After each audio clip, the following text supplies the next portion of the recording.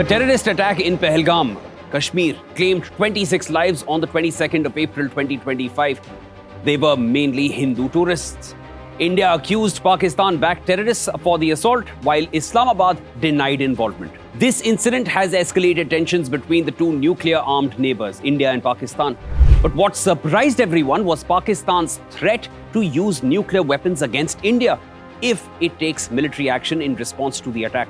One Pakistani minister even said that the country's nuclear weapons are not for decoration, but for use against India.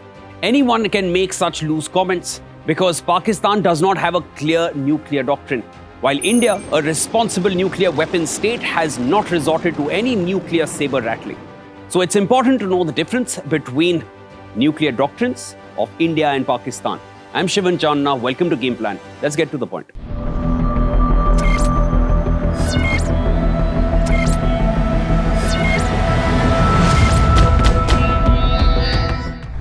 Think of a nuclear weapon like a venomous snake.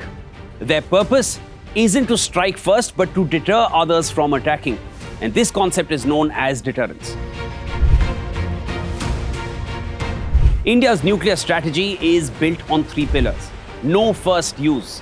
India pledges not to use nuclear weapons unless first attacked by an adversary using them. Number two, credible minimum deterrence.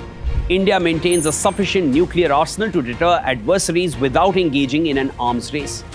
And number three, cold start doctrine.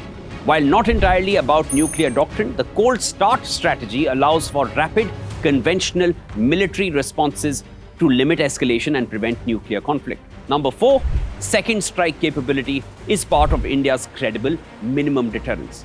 India has developed a second strike capability which makes it capable to launch a nuclear counterattack in response to a nuclear weapons attack.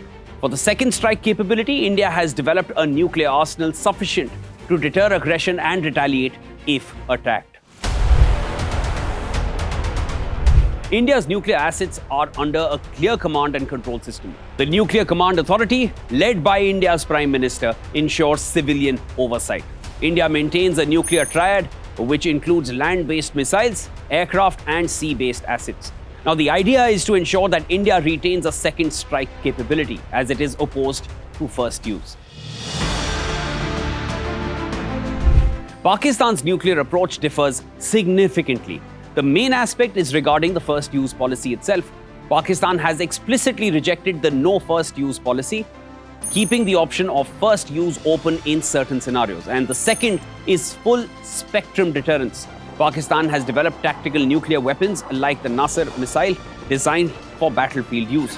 Pakistan has achieved credible minimum deterrence, meaning it has enough arsenal to deter aggression.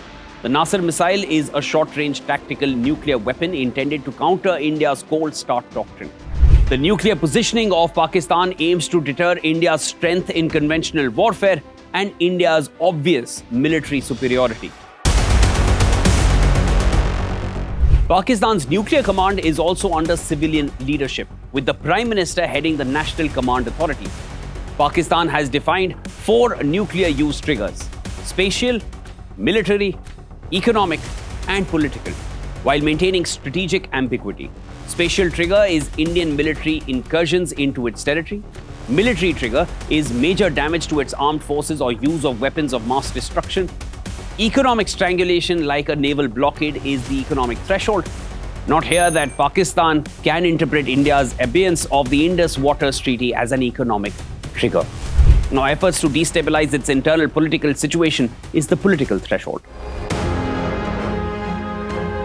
The lack of a clear doctrine makes it possible for Pakistani political and military leadership to make nuclear war threats whenever they choose to. But Pakistan's strategic ambiguity allows for flexible responses, but also increases the risk of miscalculation. Both nations possess nuclear arsenals, estimated somewhere between 170 to 200 warheads. The use of these weapons, if effective, can lead to catastrophic consequences. And that's what we called MAD, or mutually assured destruction.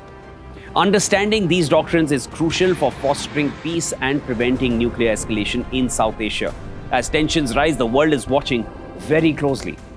Will Pakistan use nuclear weapons and force India's hand?